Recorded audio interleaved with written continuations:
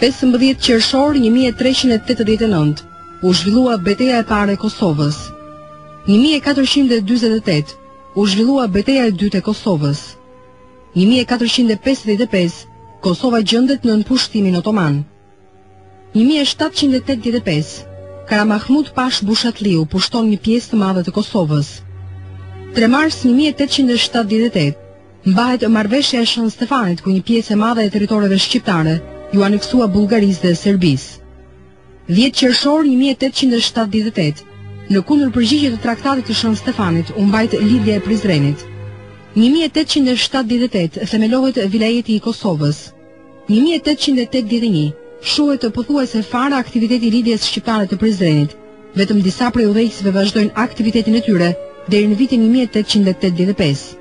1908 Revolucioni i Xhon Turqëve.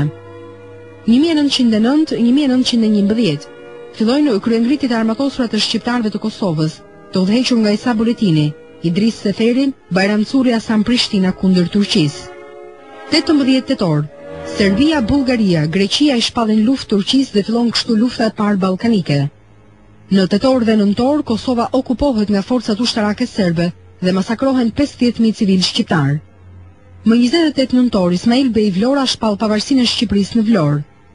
Në qershor dhe korrik të vitit 1913 nisi lufta e dytë ballkanike. Në dhjetor të vitit 1918 Kosova pushtohet nga serbët. Konferenca e paqes në Paris në vitin 1919 cakton përfundimisht që territori i Kosovës do të mbetet nën sundimin e mbretërisë të sapo krijuar serbo-kroatës. Qeveria jugoslave fillon planin për kolonizimin e Kosovës. Për të realizuar këtë plan, në tokat shqiptare vendosen mbi 70.000 kolon malazez dhe serb. Më 1933 qeveria jugoslave fillon negociatat me qeverinë turke për shpërnguljen masive të muslimanëve shqiptarë në Turqi. 4 vjet më pas, Vaso Qibrilović i paraqet qeverisë serbe memorandumin e shpërnguljes së shqiptarëve nga Kosova. Më 7 prill të 1939-s, Shqipëria pushtohet nga Italia. Më 21 prill të vitit 1941, Kosova bashkohet me Shqipërinë në kontrollin e Italisë, ndërsa Trepçja mbetet në kontrollin e Gjermanisë. Më 1943 formohet lidhja e dytë e Prizrenit, me qëllim mbrojtjen e Kosovës nga serbët. Në shkurt të 45-s arrihet okupimi ushtarak i Kosovës nga forcat ushtarake jugoslave. Më 1968 Kosova ngrihet në demonstrata për statusin republik. Një vit më pas, shqiptarët e Kosovës fitojnë të drejtën për përdorimin e flamurit të tyre kombëtar. Gjithashtu në vitin 1970 themelohet Universiteti i Prishtinës. Ndërsa në vitin 1981 nënshkruhet marrëveshja për marrëdhënie kulturore dypalëshe Shqipëri-Jugosllavi. Në këtë vit nisjen demonstratat e studentëve shqiptar të Kosovës. Gjatë këtyre demonstratave vriten një numër i konsiderueshëm shqiptarësh dhe burgosen me mijëra të tjerë. 3 vjet më pas, Kosova fiton autonominë.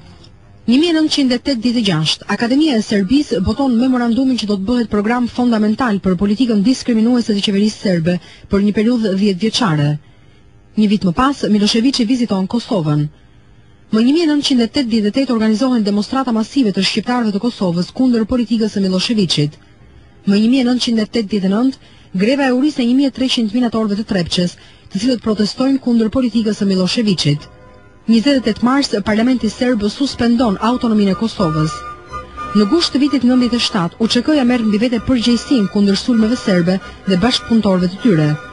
Në mars të këtij viti fillon ofensiva e forcave serbe në Drenic, ku vriten 30 civil shqiptar. Në 4 gusht zhvillohet masakra në Laush, Rahovec dhe Drenic. Në vitin 1999, më 15 janar, do të mbahet mend masakra e 45 civilëve shqiptar në Raçak. Më 18 mars firmoset marrëveshja e Rambujes nga pala shqiptare, por refuzohet nga serbët. Në këtë kohë fillojnë shpërnguljet masive me dhunë të civilëve shqiptar nga Kosova në Shqipëri, Maqedoni dhe Maltëzi. Në 24 mars, Aleanca e NATO-s fillon bombardimin kundër serbëve. Kosova merret në qeverisjen e Organizatës së Kombeve të Bashkuara.